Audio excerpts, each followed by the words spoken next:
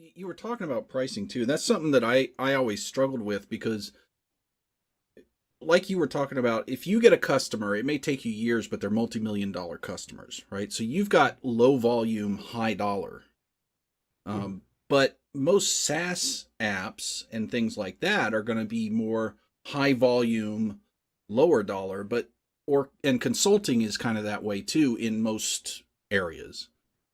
But you got to be really careful, I think, about pricing yourself and figuring out how to price your product or your service is also a really tough thing to figure out.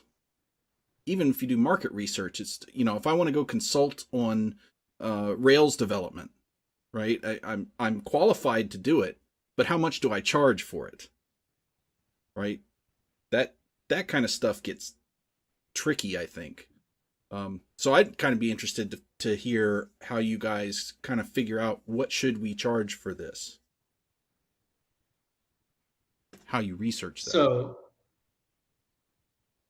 You want to go first uh, or me? yeah, sure, yeah. So in my case, we have competitors, right? So looking at competitor prices is always important. I think beyond that, also though, typically we look at the price that it would cost. Essentially what we do is we have, you know, uh, robot navigation, like essentially we provide robot brains, right, for machines, for machine builders who might not have that know-how in house.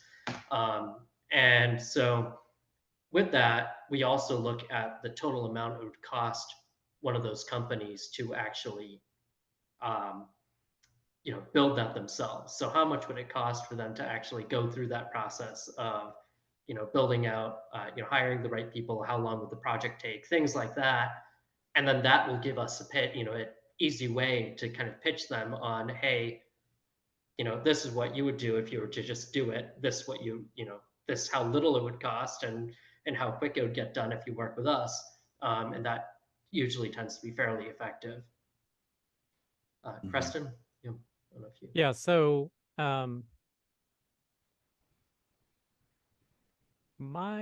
so SaaS apps, it's not always the case. I mean, that everything's low price because definitely for smaller customers, lower price, but you can get up into thousands of dollars annually for larger customers that are using a lot of the service. And yeah, I agree with Coda. It's kind of like looking at competitor pricing or what other similar pricing to get at that. Um, like I have probably been underpricing my product more than I should. Um, but if I had talking about my product, not my consulting, I'd probably underpricing my product more than I should because of the lack of a really good, I'll go back to this again, marketing engine that's bringing in leads on a consistent basis. If I had that, then I have leverage to say, um, hey, we're going to up our pricing amount to this. So it's okay to start a little bit low as long as you keep on, bringing it up. And at the point where you start getting rejections during sales calls, then you're like, all right, well, maybe we've pushed it too far, for example. But on my consulting, I've just started not super low. I actually started really high one time, and someone said, "What? No way!" I mean, they lost it. So I kind of stepped back, or someone I gave the same price to someone else. They're like, "Oh my gosh, I don't know if I can do that."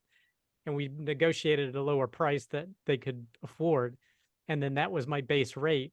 And then every time I just slowly ramp it up as I talk to different customers. I So see.